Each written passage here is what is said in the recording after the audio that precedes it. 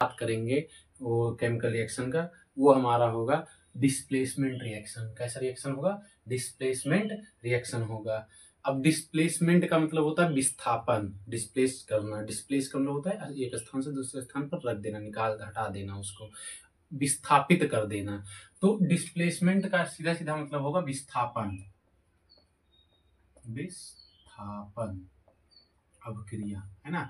तो displacement reaction में क्या होता है कि दोज रिएक्शन, ऐसे reaction in which, those reaction in which, ऐसे रिएक्शन जिसमें वन एलिमेंट, क्या बोल रहा है? वन एलिमेंट यानी एक तत्व, one element takes place of another element. एक एलिमेंट है वो क्या कर रहा है? टेक प्लेस यानी स्थान ले रहा है। कैसा? अनदर एलिमेंट, किसी दूसरे का, किसी दूसरे एलिमेंट का स्थान एक एलिमेंट है वो ले रहा है। यानी ये दूसरे, ये वाले एलिमेंट जो है अनदर एलिमेंट, इस एलिमेंट को हटा करके और जो कोई दूसरा एलिमेंट है वो आकर वहां पर बैठ जा रहा है, जुड़ जा रहा है उससे। ओके, और ऐसे कंपाउंड जो होते हैं हमारे वो डिस्प्लेसमेंट रिएक्शन के अंतर्गत आते हैं। समझे? अब इसमें कहा जा रहा है पॉइंट दूसरे तरीके से, इसको हम लोग और नाम दे सकते हैं कि दूसरे तरीके से इसका डेफिनेशन कैसे देंगे। तो दूसरे तरीके से है कि ऐसे reaction, those reaction in which, ऐसे रिएक्शन जिसमें मोर रिएक्टिव एलिमेंट, यानी जो ये वाला एलिमेंट है जो दूसरे एलिमेंट को हटा करके फिर आकर वहां जुड़ेगा, तो कहा जा रहा है कि मोर रिएक्टिव एलिमेंट्स, क्या कहा जा रहा है? More reactive element. ये क्या होगा? मोर रिएक्टिव यानी ज्यादा रिएक्शन करने वाला, ज्यादा रिएक्टिव एलिमेंट जो है, ज्यादा रिएक्टिव एलिमेंट जो है वो डिस्प्लेस करेगा किसको? लेस रिएक्टिव को। किसको करेगा? लेस रिएक्टिव एलिमेंट को। किसको करेगा? लेस रिएक्टिव एलिमेंट को उसके स्थान से, उस सॉल्यूशन से, उस एक्वस सॉल्यूशन से जिसमें कि लेस रिएक्टिव एलिमेंट रखा हुआ है, वहां से उस एक्वस सॉल्यूशन से मोर रिएक्टिव एलिमेंट जो होगा वो उसको हटा करके अपना जाकर वहां पर खुद जुड़ जाएगा। ओके, तो वो ऐसे रिएक्शन को हम लोग डिस्प्लेसमेंट रिएक्शन के अंतर्गत रखते हैं। अब यहाँ पर हमारा एक सीरीज हमने बनाया है, ये जो है ये सीरीज। ओके, इस सीरीज में कहा जा रहा है कि ये रिएक्टिविटी सीरीज है। ये कैसी सीरीज है? रिएक्टिविटी सीरीज है। ये कैसी सीरीज है? तो ये रिएक्टिविटी सीरीज है। अब रिएक्टिविटी सीरीज में क्या होगा? रिएक्टिविटी सीरीज में क्या होगा कि ये डिक्रीजिंग ऑर्डर में है। कैसे ऑर्डर में है? डिक्रीजिंग ऑर्डर में है। डिक्रीजिंग का मतलब, तो डिक्रीजिंग का मतलब होता है घटते हुए क्रम में। किसमें? रिएक्टिविटी के डिक्रीजिंग ऑर्डर में है। इसका मतलब हुआ कि के मीन्स सिंबल है पोटेशियम का। पोटेशियम सबसे ज्यादा रिएक्टिव होगा। ओके, इन सभी में पोटेशियम क्या होगा? सबसे ज्यादा रिएक्टिव होगा। पोटेशियम कैल्शियम के स्थान को ले सकता है, यानी कैल्शियम को क्या कर सकता है? उसके रिएक्शन से, एक्वस सॉल्यूशन से हटा करके अपना खुद जुड़ जाएगा। फिर सोडियम के बाद आएगा कैल्शियम, कैल्शियम नहीं, हाँ, यहाँ पोटेशियम, पोटेशियम के बाद सोडियम, सोडियम के बाद कैल्शियम, और कैल्शियम दो बार लिख गया। चलो चलो कोई बात नहीं। कैल्शियम, और कैल्शियम के बाद हमारा क्या आ जाएगा? मैग्नीशियम आ जाएगा। कैल्शियम के बाद मैग्नीशियम आ जाएगा, और मैग्नीशियम फिर एल्युमिनियम, जेडन यानी zinc, F E means iron, ferrous, hydrogen. और जो हाइड्रोजन है, अभी तक के ये सब मेटल थे हमारे, ये सब क्या थे? मेटल थे। यहाँ से यहाँ तक के जितने हैं ये हमारे सबके सब क्या हैं? मेटल हैं। ये सबके सब क्या हैं? मेटल के अंतर्गत आते हैं, मेटल। ओके, तो अभी तक के ये मेटल थे, तो इन मेटल में जो पहले है वो इन सबको उसके एक्वस सॉल्यूशन से हटा सकता था, बिल्कुल हटा सकता था। बट अब यहाँ पर आ गया हाइड्रोजन, जो कि हमारा क्या है? अकेला नॉन मेटल है। हाइड्रोजन क्या है? नॉन मेटल है, नॉन मेटल है। अब नॉन मेटल हाइड्रोजन है, यानी हाइड्रोजन को भी यहां तक के आने वाले जो एलिमेंट हैं वो उसके कंपाउंड से, उसके एक्वस सॉल्यूशन से हटा सकते हैं। बट अब यहाँ पर जो कुछ हमारे दिए, जैसे कॉपर, Cu, Ag यानी सिल्वर, और Au मीन्स गोल्ड, ये तीनों के कंपाउंड, ये तीनों एलिमेंट हाइड्रोजन को उसके एक्वस सॉल्यूशन से नहीं हटा सकते हैं।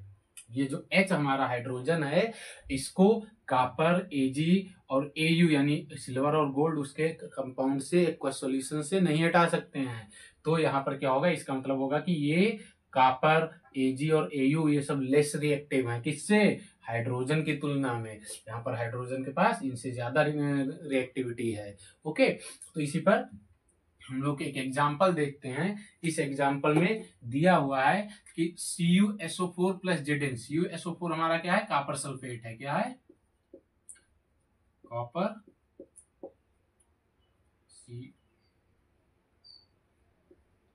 Copper sulphate. और Zn हमारा क्या है, तो एक मेटल है। Zn क्या है, जिंक है। Zn जिंक मेटल है, जिंक मेटल है। अब देखो यहाँ पर रिएक्टिविटी सीरीज में यदि हम लोग देखें तो जिंक हमारा यहाँ पर है, जिंक कहाँ है, यहाँ पर है। और उसके बाद में Cu कॉपर कहाँ पर है, यहाँ पर है। यानी रिएक्टिविटी सीरीज में Zn पहले आ रहा है, जिंक पहले आ रहा है। तो ये जिंक कॉपर को उसके एक्वस सॉल्यूशन से बिल्कुल हटा सकता है, तुरंत हटा देगा।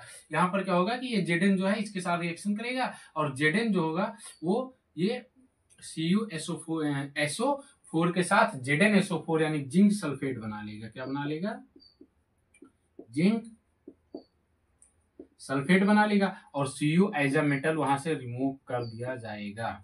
Cu as a metal, copper metal क्या होगा, वहां से हटा दिया जाएगा, डिस्प्लेस कर दिया जाएगा। किसके द्वारा, जिंक के द्वारा। सेकंड में हमारा कुछ और हम लिखे हुए हैं, इसमें बता रहा है क्या, हम लोग यहाँ पर देखेंगे रिएक्टिविटी सीरीज इसकी। ये जितने एलिमेंट लिखे हुए हैं ये सब हाइड्रोजन ग्रुप के एलिमेंट हैं। कैसे हैं, हाइड्रोजन ग्रुप के एलिमेंट हैं। यानी फ्लोरीन, क्लोरीन, ब्रोमीन, आयोडीन, ये भी क्या है, इसके डिक्रीजिंग ऑर्डर में ही लगे हुए हैं। ये भी किस में लगे हैं, डिक्रीजिंग ऑर्डर में लगे हुए हैं। किसके, रिएक्टिविटी के डिक्रीजिंग ऑर्डर में। यानी ये लगे हुए हैं रिएक्टिविटी ऑफ डिक्रीजिंग ऑर्डर।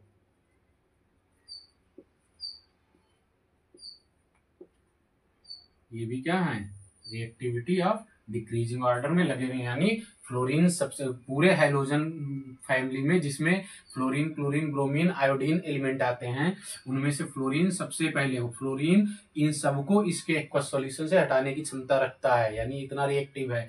उसके बाद में आएगा chlorine, bromine, iodine. For example हम लोग एक एग्जाम्पल देखेंगे यहाँ पर, जो Cl2 + 2Kbr, तो यहाँ Br जो कि एक्वस सॉल्यूशन में है वो क्या है, हमारा ब्रोमीन है। क्या है, ब्रोमीन है। और Cl2 हमारा क्या है, Cl2 क्लोरीन है। और ये दोनों कहाँ के हैं, हाइड्रोजन फैमिली के एलिमेंट है।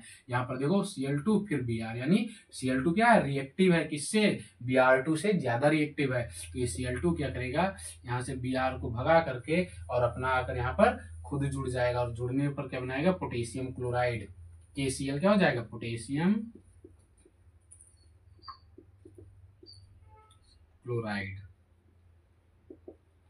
और Br2 क्या, Br2 जो होगा वो एक्वस फॉर्म में निकल जाएगा।